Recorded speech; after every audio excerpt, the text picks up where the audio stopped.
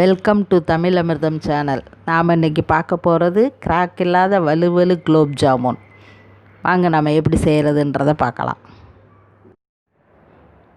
தேவையான பொருட்கள்: குலோப் ஜாமுன் மாவு பாக்கெட் 1, ஜீனி 500 கிராம், 4 ஏலக்காய் தூள்.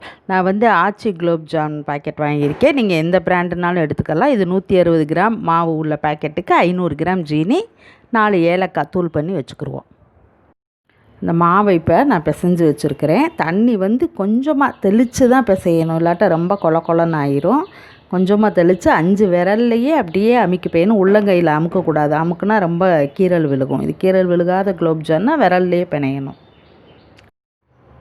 இப்போ 2 கையிலையும் கொஞ்சம் எண்ணெய் தடவியிருக்கேன். கொஞ்சமாக மாவு எடுத்து சின்ன சின்ன உருண்டையாக பிசையில் உள்ளங்கையில் வச்சு பிசைய வேணாம், உருட்டையில் மட்டும் உள்ளங்கையில் வச்சு தான் உருட்டணும். விரலில் பிடிக்கக்கூடாது. அப்போ தான் அழகாக நல்லா வரும். இந்த சைஸுக்கு உருட்டி வச்சுக்கிடுவோம் எல்லா மாவையும். இப்போ பாகு தயாரிப்போம். அடுப்பில் ஒரு பாத்திரத்தை வச்சுட்டு எடுத்து வச்சுருக்க ஜீனியை போட்டு நல்லா நிறையாவே தண்ணி விடலாம். 400 மில்லி அளவுக்கு தண்ணி விடலாம். ஏன்னா நமக்கு கொதித்து நல்ல பாகு நிறைய கிடைக்கணும்.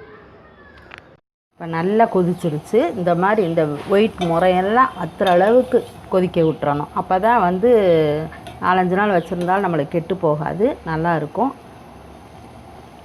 ஸ்டேஜில் அந்த ஏலக்காய் தூளை போட்டு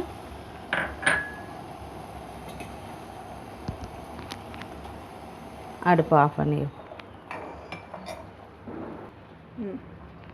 இதே நல்ல கலராக இருக்குது. இதில் தேவைன்னா நம்ம ஃபுட் கலர் சேர்த்துக்கரலாம்.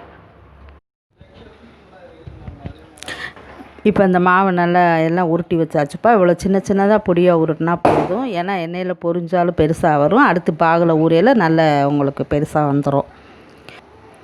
இதை உருட்டையில் அந்த மாவை உள்ளங்கையில் ஒரு அமுக்கிட்டு அப்படியே உருட்டுங்க. அப்போ தான் கிராக் இல்லாமல் அழகாக அந்த மாதிரி வலுவலுன்னு வரும்.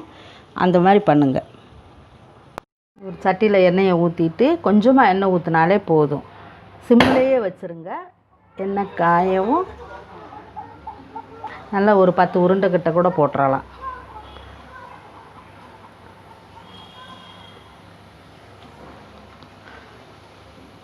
இந்த எண்ணெயில் போடவுமே பெருசாக வந்துடுச்சு பாருங்கள். அப்படியே இந்த ப்ரௌன் கலர் சிம்மில் வச்சிங்கன்னா தான் உள்ளே நல்லா வேகும். இந்த அளவு கலரில் எடுத்துக்கிடுவோம். அப்போ தான் உள்ளேயும் நல்லா வெந்திருக்கும். உருண்டை சூடோட பாகில் நம்ம போட்டுறணும். பாகு ஆறி இருந்தாலும் அதை பற்றி பிரச்சனை இல்லை. உருண்டையை ஆற விடக்கூடாது. அப்படியே சூடோடு எடுத்து அதில் ஊற வச்சிடணும். இந்த மாதிரியே எல்லா உருண்டையும் பொரித்து போட்டுக்கரலாம்.